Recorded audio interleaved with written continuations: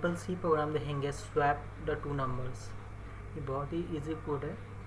ये कोड से आप एक बेसिक क्लियर कर सकते हैं कि आगे जाकर जब आपको जब भी कोई भी शॉर्टिंग के लिए एरेज को आए प्रॉब्लम, किसी नंबर एरे को शॉर्ट करो, उसको असेंडिंग या डिसेंडिंग ऑर्डर में लिखो, उसमें ये आपको कॉन्सेप्ट हेल्प कर सकता है। ये उसका सबसे पहले जैसे कि आप देख लीजिए स्वैप में मतलब क्या मेरा कहना चाहता हूँ यहाँ पे, जैसे कि यहाँ पे अभी ए में हम 25 डाले असाइन किए हैं और बी में हमने 65 असाइन किया है।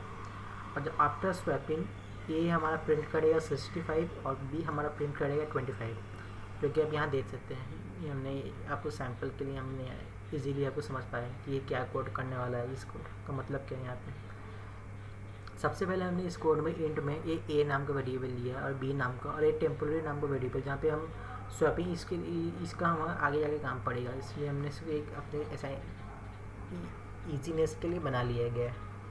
अब हम सबसे पहले यूज़र से इनपुट लेंगे ए का और बी का, ये तो ईजी है। उसके बाद मेन कॉन्सेप्ट शुरू होता है ये 3 लाइन से। ये 3 लाइन से आपका पूरा कोड कंप्लीट हो जाएगा, बहुत ईजी है। सबसे पहले हमने ए का जो भी वैल्यू है वो टेम्प में डाल दिया। अभी टेम्प में कुछ भी असाइन नहीं है, नल है। तो अब ए में सपोज हमने यहाँ पे ए में जो यहाँ पे 25 है, सपोज हमने 25 यहाँ पे इनपुट लिया और 25 हमने अभी टेम्प में डाल दिया और ए में भी 25 है। अब ए में नेक्स्ट लाइन में यहाँ पे आप देख सकते हैं अभी टेम्प पे हमें अभी इसमें 25 असाइन है हमारा। अब नेक्स्ट लाइन में जो ए में 25 था उसमें भी 25 अभी भी है, तो वहाँ से कुछ हुआ नहीं है, उसको हटा नहीं। अब बी का जो वैल्यू था 65 जो हमने यहाँ से लिया, अब बी में 60 जब बी का वैल्यू था 65 अब वो ए में असाइन हो जाएगा और वो 25 हट जाएगा। ये 65 यहाँ पे हमने लिखा।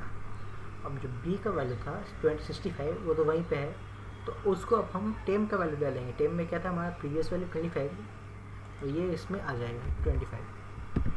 अब ओरिजिनली हमारा ए में अब 65 हो गया और बी में 25 हो गया। और इसके बाद हमने नेक्स्ट लाइन में एक बैचलर इन दिया है एक नेक्स्ट लाइन के लिए। और आफ्टर स्वैपिंग परसेंट ए हमारा हो गया %d एंड बी हो गया हमारा %d। अब ए और बी का जो हमारा करंट वैल्यूज है वो हम प्रिंट कर लेंगे और ये तो रिटर्न है। चलिए देखते हैं हमारा कोड सही है भी कि नहीं। 0 एरर्स। चलिए ठीक है, कोड चल रहा है।